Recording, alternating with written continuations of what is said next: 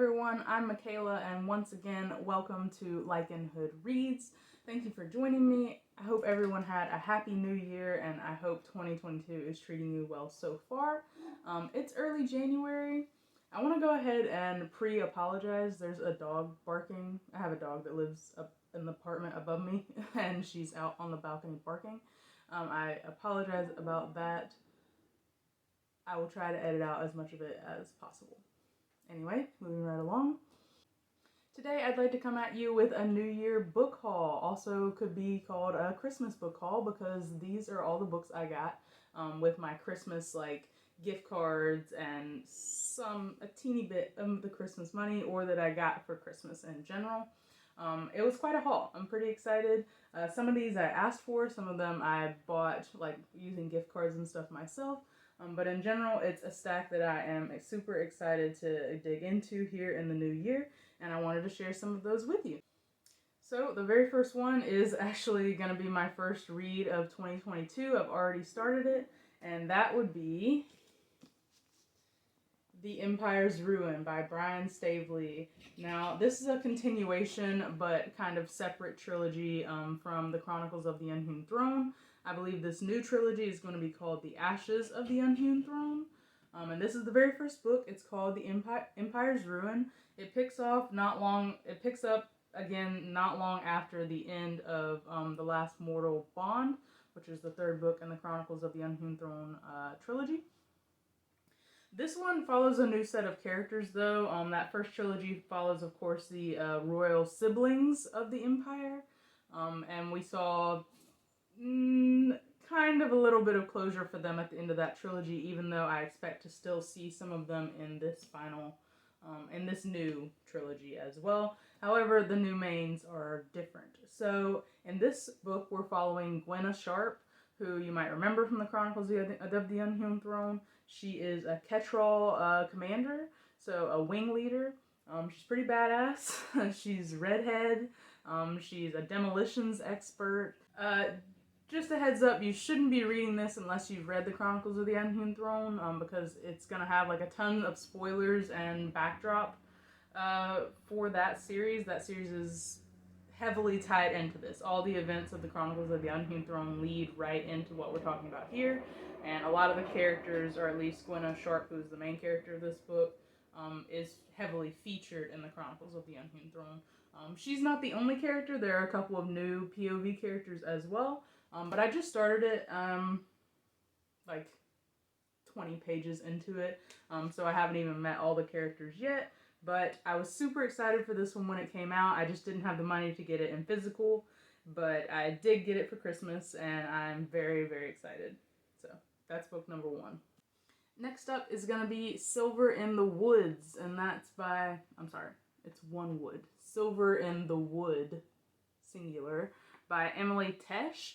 Now, this is a novella, and it's part of a duology, so I believe it's 2 novellas. This is just the first one. I didn't get I was on the fence about whether or not to just get them both at once. The second one's called The Drowned Country, but I figured I could always just go back and get it, later if I needed to. They're pretty small. It looks like it's about 105, so pretty short. I just love this cover, you guys. I've had my eye on this for about 6 months or so. Of course, the cover is what drew me in. I also believe it's got some sort of queer representation, maybe male, in there as well. I thought about just getting it on, an ebook because it's cheaper that way, and it is so short, but I just had to have this cover. I had to have it. I don't know how to explain it to you, but I did. I get some of the Green Knight vibes from this, if anyone saw that movie last year. It's kind of obscure. Sorry, cats. A little bit obscure, but there was a movie called The Green Knight that came out in 2021 that was a little bit of a King Arthurian retelling. It's not about King Arthur, but it takes place in that world of Camelot and King Arthur's court and stuff. Anyway, the cover gives me those same vibes because there's a green tree guy in that movie as well. I don't know much about what it's about. This was a cover buy.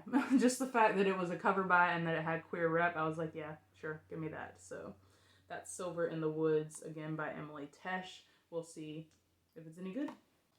Next is going to be Hard Robot by Django Wexler. Now, I read Django Wexler's Burning Blade and Silver Eye series in 2021. It was one of my favorite fantasy books that I read in 2021. The first book in that series is Ashes to the Sun, or Ashes of the Sun? Ashes and Sun, something in there by Django Wexler. I read the first 2 books, and the 3rd book is supposed to come out late this year, so I'm pretty excited about it.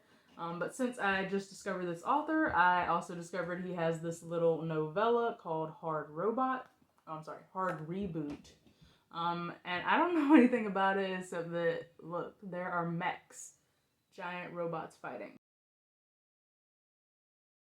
You got some sort of sci-fi, mecha storyline going on here. I also believe this has queer characters in it. I'm not sure about the representation yet, but I have been told there are queer characters.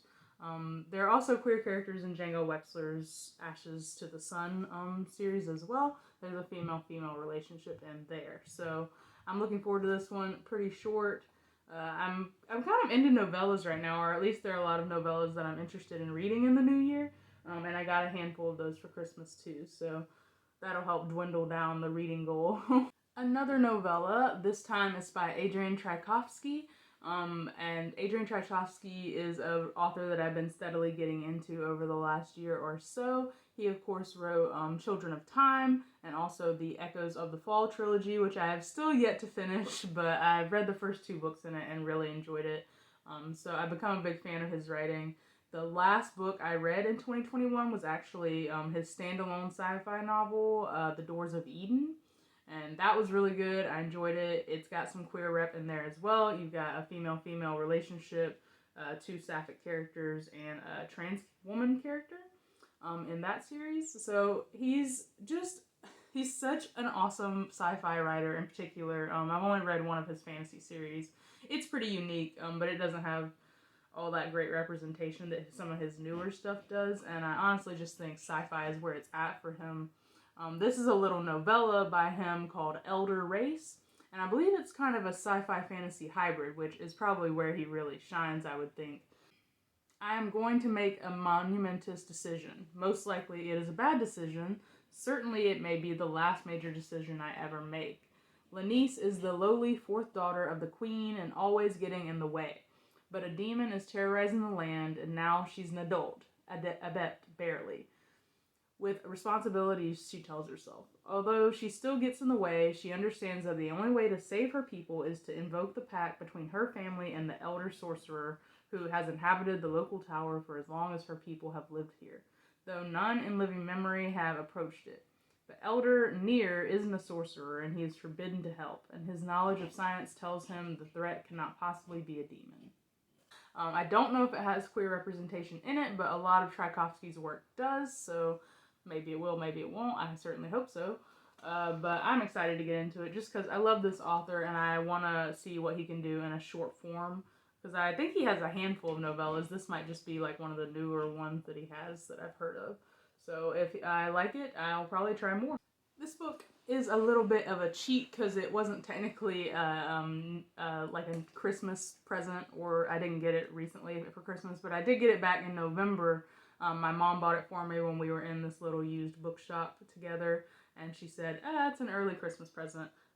Usually if I go into a bookstore with my mom, she buys me a book, which I love. So this was one of them, but I hadn't talked about it in any of my videos yet, so I thought, why not go ahead and throw it in this book haul. And it's called The Prey of Gods by Nicky Drayden. So I'm actually excited to get this one because it's gonna go in my Own Voices pile for this year. So one of my goals for 2022 is to read more books by Own Voices authors. So we're talking about authors of color, authors that are not from the US, authors that are queer or have neurodivergency or a disability of some kind. But this, of course, Nicky Drayden is a female black author, and this is a science fiction book, so I'm totally excited to read more science fiction and fantasy by black authors and just authors of color in general. Got this cool looking like robot there on the cover, and I'm not sure if you can see this creepy, really super creepy little girl on the cover as well. I'm scared to death of her, and I'm excited to see what it's about. I'm not sure if it's a series or not, but I would totally be down for it. It's a nice, good size. The Prey of Gods.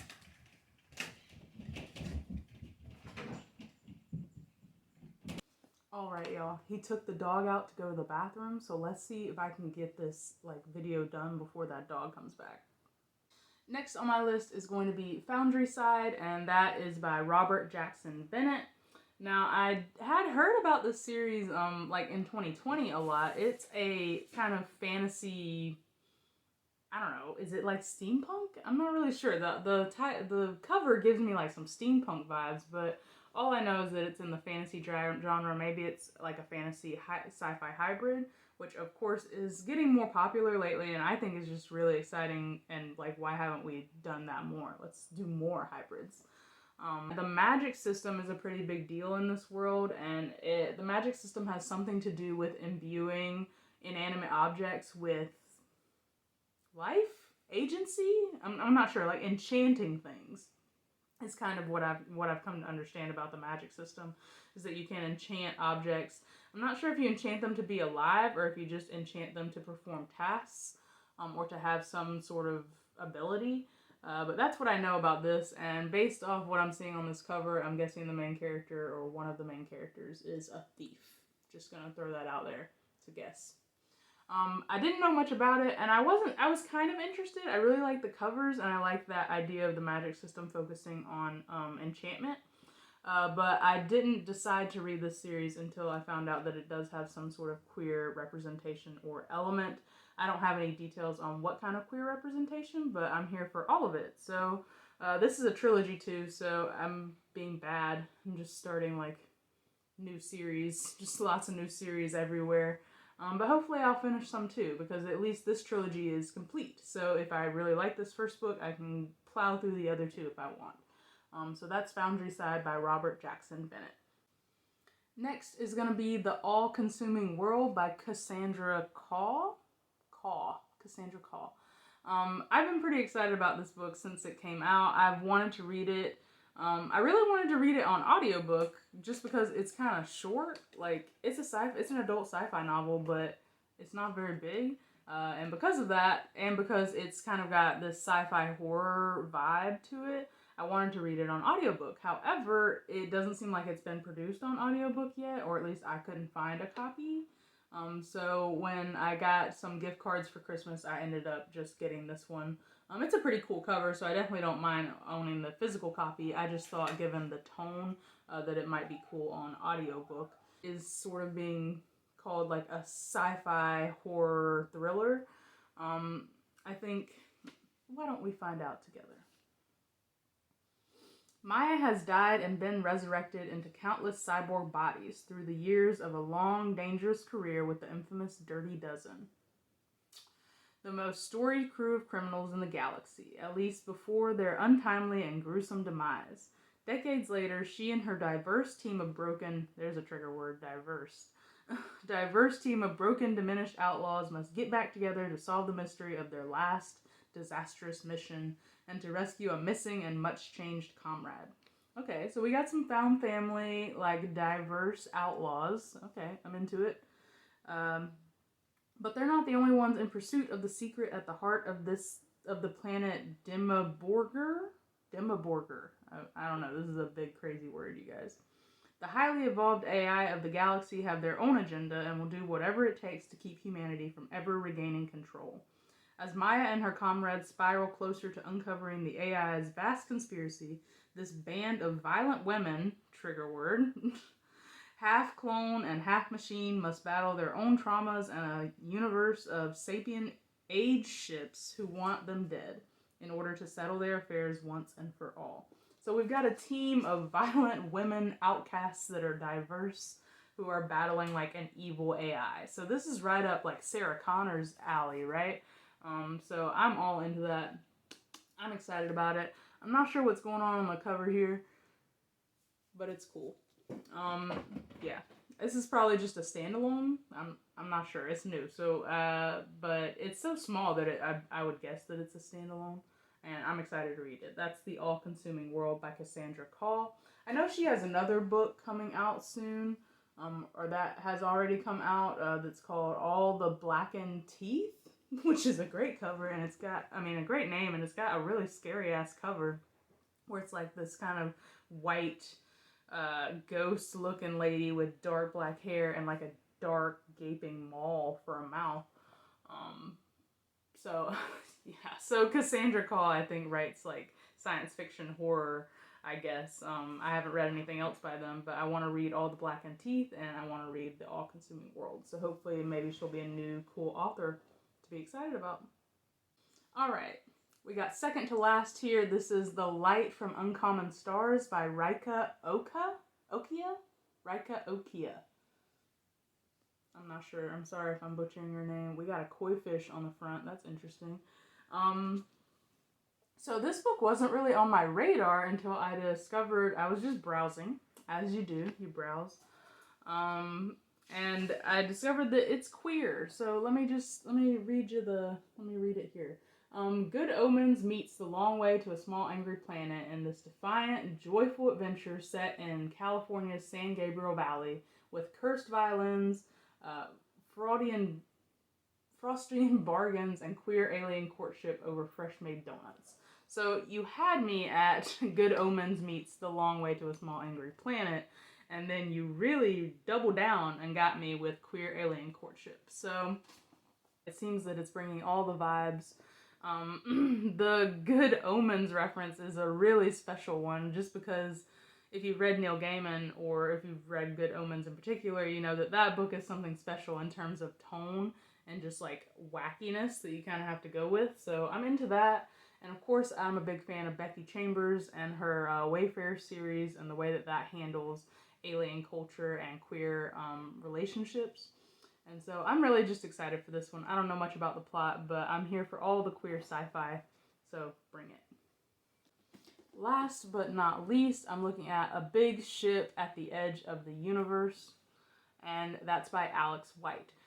So this is a series I've been looking at for a while, and I'm gonna be honest, it's all about the title for me. Like, this is a good title, A Big Ship at the Edge of the Universe, but even more than that, the other books in the series are called A Bad Deal for the Whole Galaxy and The Worst of All Possible Worlds. So this person's just really good at naming books. Like, they're long, but they also are evocative, and I like it. Like, I just like it. It's got a little blurb here by Nicholas Ames, who is the author of Kings of the Wild and Bloody Rose. I'm a huge fan of his. So he says it's intense action and refreshingly honest characters. I love it. So that comes highly recommended. He also says, do you miss Firefly? Do you want it back? Well, sorry, not gonna happen, but this book is damn close. So, of course, he's talking about Joss Whedon's Firefly TV series that came out back in the early 2000s and got unceremoniously canceled, unfortunately. It only got one season, but it was a much-beloved cult classic, and if this is bringing any of those, like, space cowboy vibes, I'm all for it. It's a completed trilogy. It's a cool cover. It's a cool name. Let's find out. Hopefully there's something queer in it, but if there's not, you know, can't all be perfect, I guess. Alright, that's going to wrap it up for my New Year Christmas book haul. Thank you so much for joining me. Let me know if you've read any of these books and how you liked them. Also, let me know what you got for Christmas and if there's anything you're super excited to be reading in January 2022. Thank you for joining me today. Once again, I'm Michaela. This is Lycanhood Reads, and I hope you guys all have a great day. Goodbye.